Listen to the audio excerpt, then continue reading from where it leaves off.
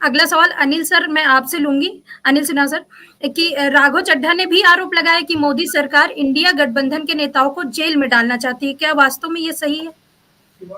नहीं देखिए, ये तो है, उसको लग रहा है क्या कि हम लोगों को एनालाइज करना चाहिए ये कि उनकी पॉलिटिक्स जो है केजरीवाल की, वो पॉलिटिक्स में ऐसा क्या है जिसकी वजह से अभी उनको बीजेपी टारगेट करना, मतलब मोदी सरकार टारगेट करने लगी है। आप सही कहा सब लोगों ने कि उन्होंने कोई ऐसा नुकसान नहीं पहुंचाया बीजेपी को, और जो अभी तक करते रहे हैं वो बीजेपी के आइडियोलॉजिकली भी उसके पक्ष में है। हनुमान चालीसा पाठ करते रहे हैं, तबलीग को उन्होंने क्रूसेडर बनाया, कोरोना का, कोविड का सुपर क्रूसेडर, ये क्या कहते हैं, स्प्रेडर बनाया। तो वो तो है पक्के, मतलब बी टीम है आइडियोलॉजिकली, आरएसएस के ही मतलब ऑफशूट है, उसी के ब्रांच है।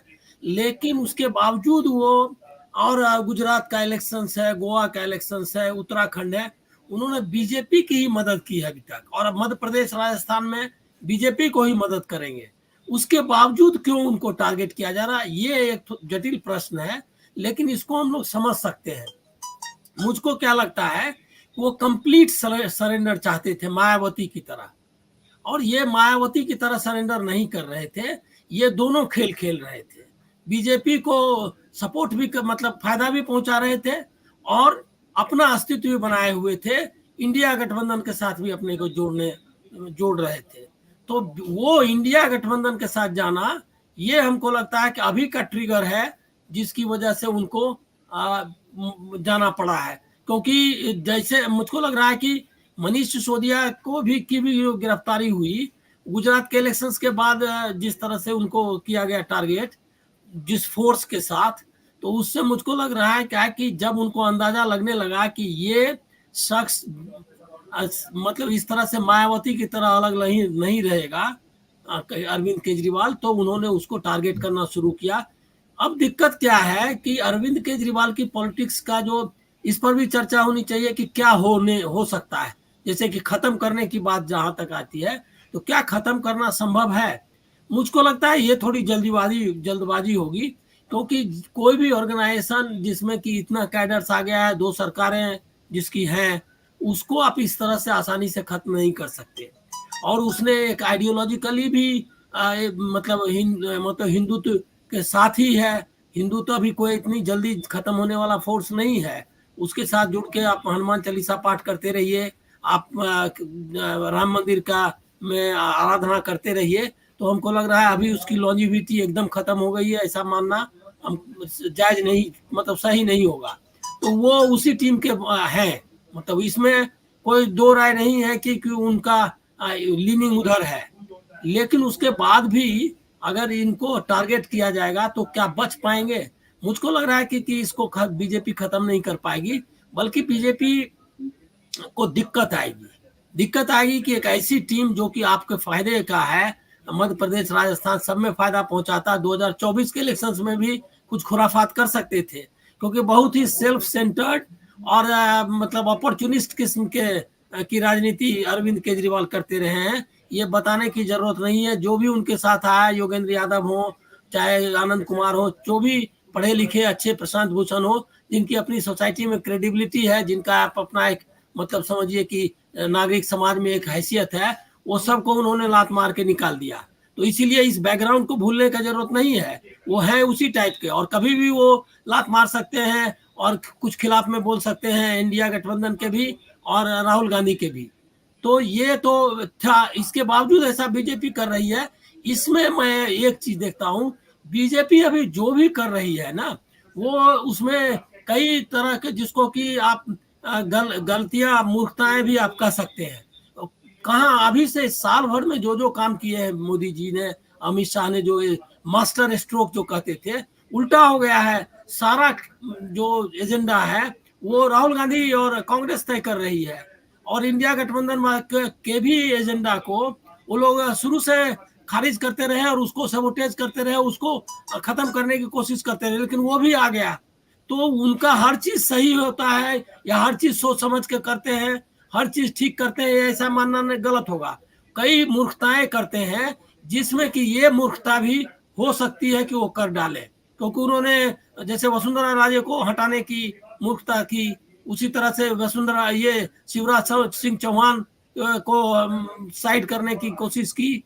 वहां नीतीश कुमार उनसे अलग हो गए क्योंकि उन्हीं को खत्म करने की कोशिश कर रहे थे। तो ऐसा नहीं समझना चाहिए कि वो लोग एकदम फुल प्रूफ है, हर चालाकी उनकी सक्सेसफुल होती है और हर उतने चालाक हैं, ये भी सोचना ठीक नहीं है, मूर्खताएं भी कर रहे हैं। क्योंकि लगातार आप देखिए ना, एनडीए अगर चालाक मतलब समझदार अगर पॉलिटिशियंस होते उसमें, और अमित शाह वगैरह अगर बहुत तेज होते पॉलिटिकली, तो नीतीश कुमार उधर अकाली दल पूरा मैदान पूरा खाली है।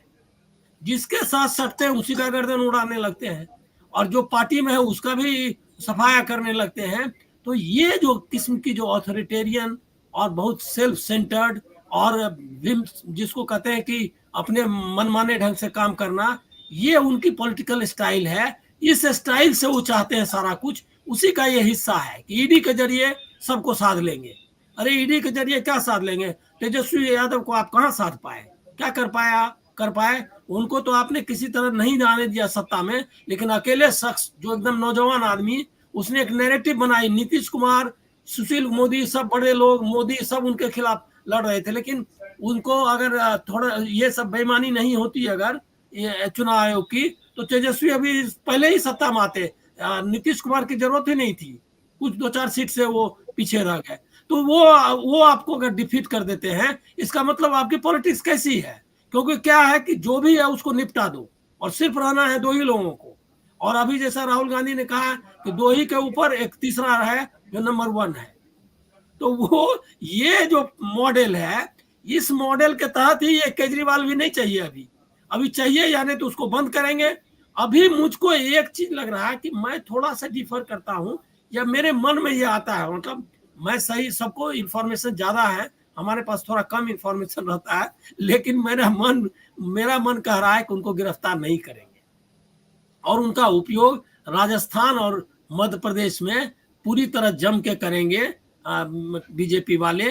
ये मेरा लग रहा है, हर सीट पर ये चुनाव लड़ेंगे और भाषण करते फिरेंगे, और लगेगा ऐसा जैसे कि ये बीजेपी इनको टारगेट कर रही है। अगर पॉलिटिकली वो तेज हैं तो यही करेंगे, और नहीं तो उनको लग रहा है कि सबको बंद करके और ये अंदर करके कर ले तो उसको अंदर करेंगे। एक लाइन और मैं कहूंगा कि एक स्टेटमेंट आया कि आप सपा बसपा को प्रोत्साहित करो मध्य प्रदेश में, अमित शाह का, ये बहुत सिग्निफिकेंट है। उसमें आम आदमी पार्टी का नाम नहीं लिया उन्होंने। इसका मतलब ये है कि आम आदमी पार्टी को उस ब्रैकेट में वो नहीं रखना चाहते हैं, उस तरह से उसका इस्तेमाल कुछ और वो करना है उनको, या तो उसको बंद करके उसका इस्तेमाल सोच रहे हो, लेकिन मतलब कुछ इस्तेमाल करना है। ये दूसरी एक बात और मेरे ध्यान में आ रही है कि देखिए क्या है कि सारा जो स्ट्रेटजी अभी जो मोदी को सेंटर में रख के सारी स्ट्रेटजी बन रही है, उसमें कई दिक्कतें हैं और बहुत गड़बड़ियां हैं। उसमें आप देखिए क्या हुआ कि इनके प्रचार तंत्र में इन्होंने टर्मिनेटर के रूप में एक निकाला था, जो कि अमेरिकी फिल्म का विलन है, उसको बनाया था कि सबको समाप्त कर दूंगा, मतलब कोई नहीं बचेगा टाइप का। वो एक हॉलीवुड से की तस्वीर बनाई थी, मोदी जी की छवि, मतलब वो मोदी जी की छवि को वो राम की छवि के बदले टर्मिनेटर की छवि बनाई। तो ये क्या है हमको समझ में नहीं आया, कौन लोग कर रहा है? ये मोदी को सपोर्ट कर, मतलब मोदी को गिराने के लिए कर रहा है कि उनको संभालने के लिए, मुझको मालूम नहीं। उसके बाद रावण की तस्वीर बनाई ये की क्या कहते हैं राहुल गांधी की। अब वो रावण जो है, वो रावण की तस्वीर में मुश्किल ये है कि वो हॉलीवुड वाला रावण है, क्योंकि जो लोकल हम लोग का रावण जिस तरह का है उस तरह का नहीं है, वो पूरा तस्वीर वहां का है। तो ये सब भी है कि जो पैसे दे करके अमित मालवीय टाइप का आईटी सेल वगैरह का जो खड़ा किया है, या सिनेमा का स्क्रिप्ट राइटर वगैरह के लोगों को, वो लोग हमको लग रहा है क्या कि इनको मूर्ख भी बना रहा है, पैसे वैसे ले रहा है। और वैसा ही सलाहकार पीएमओ हमको लगता है जमा है, जिसको लग रहा है कि केजरीवाल को अंदर करो। अब ये इंडिया गठबंधन के साथ ज्यादा जा रहा है, ये इस तरह का चलने लगा है। तब आप ऐसी इन परिस्थितियों में कई तरह की गलतियां करते हैं। उस गलती में एक गलती ये भी होगी कि केजरीवाल को गिरफ्तार करेंगे।